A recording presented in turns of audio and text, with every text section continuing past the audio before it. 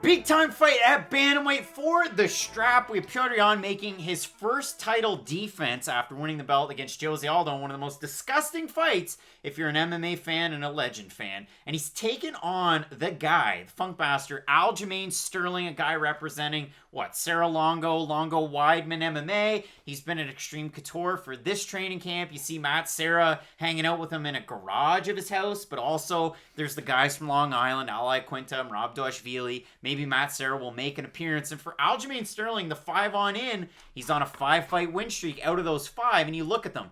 Big names, Brett Johns, Cody Stamann, Pedro Munoz, Corey Sandhagen, like Jimmy Rivera peppered in there too. And that was a big time win. I'm going to talk about that one more. But for Aljamain Sterling, he takes his lumps in certain fights, but he's lost to the best of competition. For Petr Yan, I mean, again, we talk of Askarov, of Cyril Gane, of these fighters that I've been high on.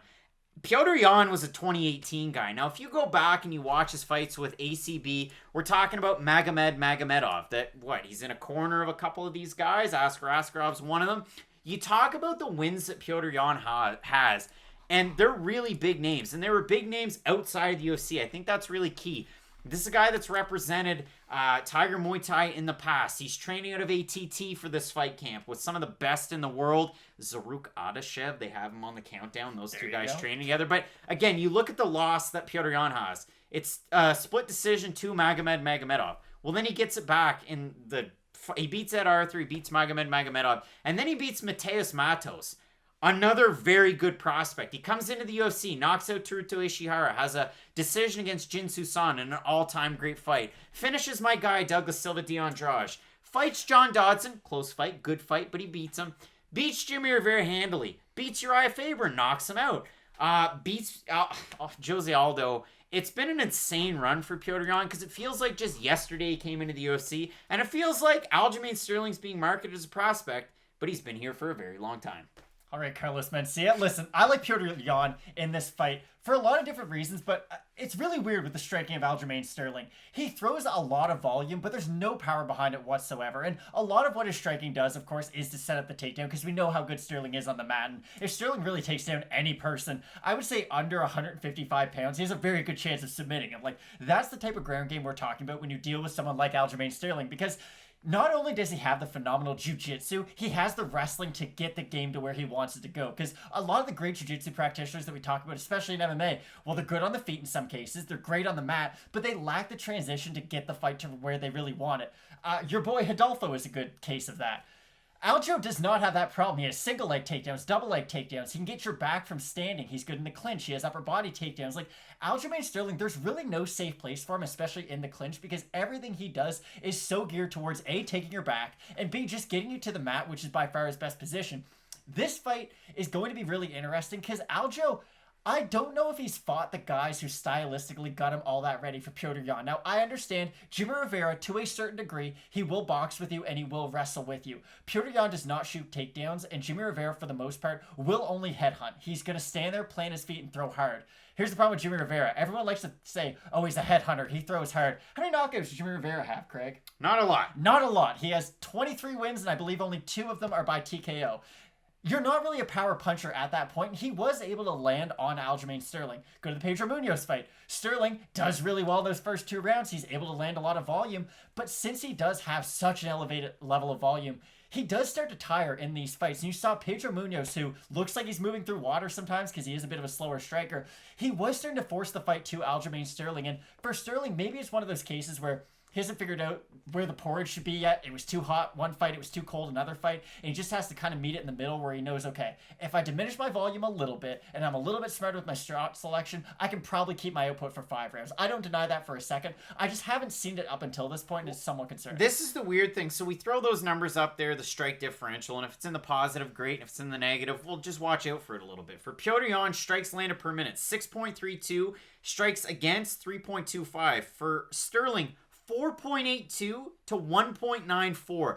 Aljamain Sterling, very adept on the ground. And we talked about it with Kyler Phillips. Like, you got to flow through fighting. Aljamain Sterling's one of those fighters. He can switch stances. He has that collegiate background in wrestling. He can get you down. He can get your back. He can Sulev stretch you in the same night as Zabit Magomedsharipov Sulev stretches Brandon Davis, but it was still very impressive. For Petr Yan, good from either stance, incredible boxing, and the thing that I love, and listen, you want to go with comparables. You took mine, so I'll take yours. For Aljamain Sterling, you want the comparable to the Petr Yan fight. It's probably the Jimmy Rivera fight. Good boxer, short guy. Most guys at bantamweight aren't very tall unless you're what? Like, did Cole Miller fight there? I'm sure he probably made 135 at one point. Like, I'm trying to think of tall people that aren't very heavy. But again, for Petr Yan, one of the more compact guys at 35. And if you want to focus on that, Sterling in the fight against Rivera runs out there in the first round and cuts the cage. In the second round, goes out, meets him in the middle, same thing in the third round. For Petr Yan, you want the comparables. I go back to the Magomedov fight, the second one, or the Matos fight that he had before he left ACB and came over to the UFC. Because what does he do against Matos? Well, he does what he did in the UFC, but he pushes a pace, pushes him up against the cage, and he'll go 1, 2, 1, and then he goes with a body kick. Or he goes straight in with a hook to the body. He uses a lot of combinations and a lot of footwork that you see more so in boxing than you do in MMA, which might contradict where he came from, coming from Tiger Muay Thai, where you'd expect maybe some more kicks. He will invest, though, in the body heavily, and that's something that I absolutely love in this fight. Mario Bautista does it. There's a few other fighters in this card that do it, but Petr Yan does it to a T. Uros Medic was another one on this card that does it very well. Head back to that prediction. But for Petr Yan, he's done it to such great effect that look at his last fight. He did these things against the guy who does it best in Jose Aldo, a guy who invests in the body so well. And for Petr Yan, again, the stance switches, the gas tank, there's so much to like, but it's the fact that he had all the 5-round experience, and Aljo does too coming into this one, but it's been a while. For Petr Yan, it's just meteoric rise. Now we're here against Aljamain Sterling, who's such a good wrestler, such a good grappler. For Sterling to win this, I would think you got to take Petr Yan down early. Yeah, 100. Really, Craig, do you think the main grappler is going to have to take down one of the best boxers in MMA? Early. Okay, I agree with all except for one thing you said about Yan. He's not good at switching stances until he is. He can't fight from southpaw, nor does he do it until he's forced to. We've never seen him fight from southpaw until Jose Aldo made him. And here's the wild thing about Petr Yan. He's really good in southpaw. You were right, but we had never seen it until we did, and that's the wild thing about Yan. He's such a high-level striker that even when plan A doesn't work, even when plan B doesn't work, you get rid of one of his primary weapons, which is his leg, and as a boxer, we all know, if your leg's out front, you're going to get it kicked, and if your leg's behind, you don't have a lot to push off with. Petr Yan was still able to outbox Jose Aldo, and that's such a wild fact that, yes, Jose Aldo got beat by Holloway, he got beat by McGregor. You don't go out there and just kind of slowly erode away at Jose Aldo. And that's what Petr Yan was able to do. Also, one of those underrated fights in UFC history. I really do think. Go back and watch that fight. That should have been in that fight of the year conversation. It's just the ending was so kind of gross that it got overshadowed.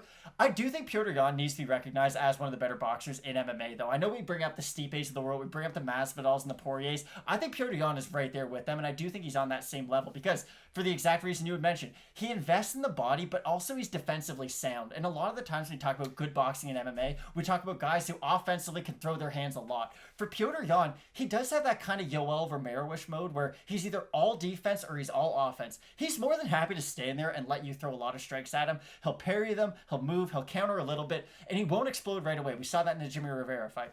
And then once he downloads his opponent's game plan, it's terrifying. Petr Yan marches forward like he's Jason Voorhees and just does not stop. And when he does get the kicks going to the leg, get the body shots going, get his boxing combinations in order, I don't know what you can really do to stop Petr Yan. Yes, he's going to have to eventually face one of those upper echelon wrestlers who just spams takedowns on him because we haven't seen that in the UFC up until this point. But even then, you look at the hips of Petr Yan and up until this point, how he reacts to people who shoot for takedowns.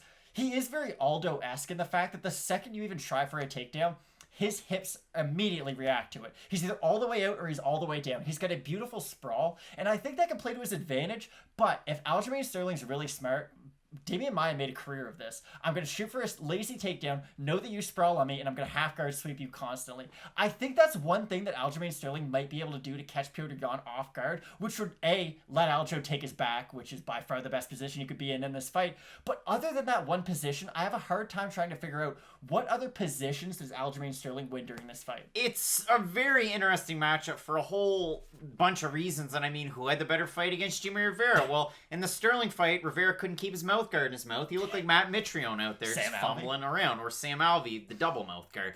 Again, with Petr Yan, though, you talk about it. I mean, he closes off the cage so well. And it's not just with his feet. You see him cut the cage with his feet, but he's always throwing feints. And he could be in orthodox, he could be in southpaw. He's always throwing a feint out there to try and stop you. And it does work. You watch these fights and you think, man, well, that's kind of stupid because he's not throwing a jab and he's not throwing any power to it. But when he keeps his hand out there, it really limits the movement of his opponent and almost does force them into the power side, whichever side it might be. UFC have him as switch. I'm going to disagree with you on the whole southpaw orthodox thing, having gone back and watched the ACB fights today of all days. 80% orthodox. But again, in a fight like this, both guys very well versed in every aspect of MMA.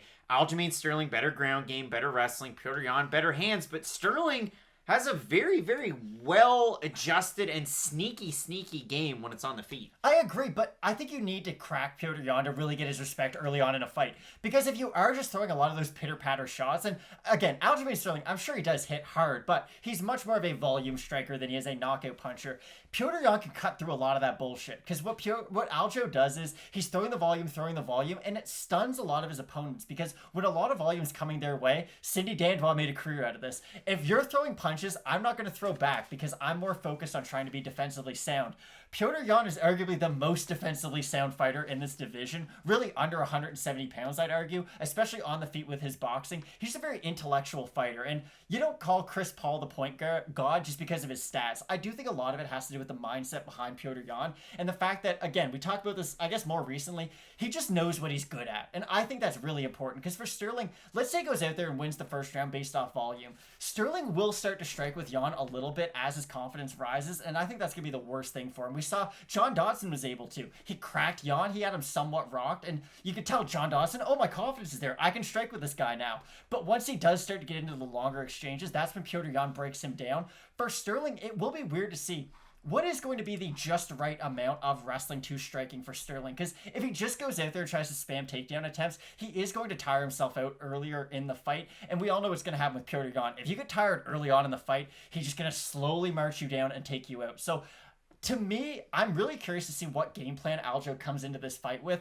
But at the end of the day, I said this, maybe it was before we started recording, I really do think Petr Yan is going to take Dominick Cruz's spot as one of the best bantamweights of all time when it's all said and done. And this is the question with Petr Yan. Is this the Machida era at light heavyweight where, listen, we're going to win the title and then everybody gets it for a little bit of time like it's herpes? Or is Aljamain Sterling going to be able to go out there, push a pace? Does Sterling win? We have Machida era. And Petr Yan is just another good fighter that'll be around for a long time. If Yan wins this fight, I mean, that's where it gets interesting. Do you fight Dillashaw? Do you fight whoever that's out there? Do you end up fighting Cejudo that left so you could get this belt? So it makes it very interesting. Tapology, 1,471 total votes. 59% Yan, 57% by knockout. The 41% that have Sterling, 60% by submission.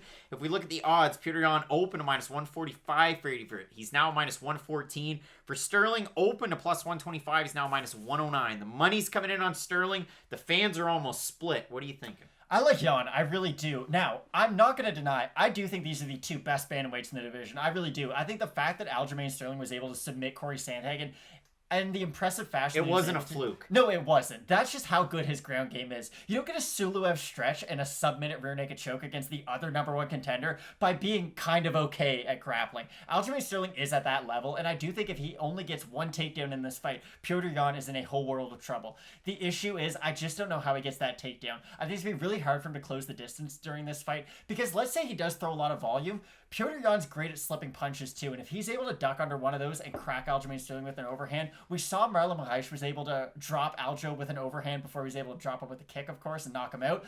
But it's a strike that Aljo's been caught with in the past, and I just think the boxing technique and the overall power of Yan is going to be the difference in this fight. Matt, both of us going with Petr Yan to get the win, to keep the belt. We're really looking forward to this. 2 more title fights left. You have Anderson challenging Nunes. You have the man himself, Israel Adesanya, moving up a weight class, but will he? Taking on Jan Blachowicz. Really looking forward to the card. Keep locked in with Fighting Picks, Matt. As we always say, let's get into it.